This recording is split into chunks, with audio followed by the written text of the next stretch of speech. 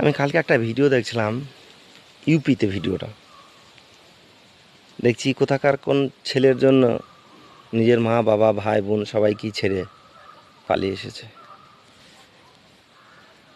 ছেলেটা মুসলমানদের, মেয়েটা হিন্দুদের। তাদের ইনস্টাগ্রাম ফেসবুক করে যাহা হয়তো তাদের পীড়িত হয়েছে, তা তাকে ছেড়ে চলে এসেছে। মা বাবাদের ছেড়ে এসে দিয়ে তাকে এবার দমে টর্চার করছে,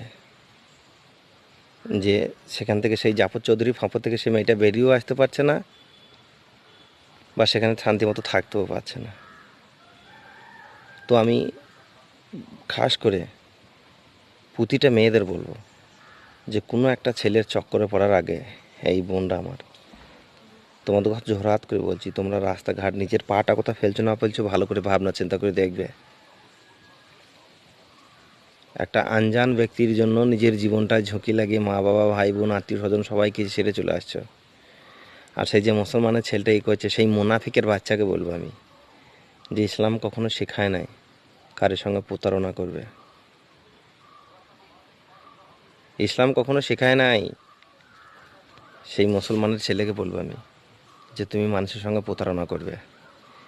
মহান আল্লাহ তাআলা পথে চলতে চলতে তোমার মাথায় বজ্রঘাত ফেলবে।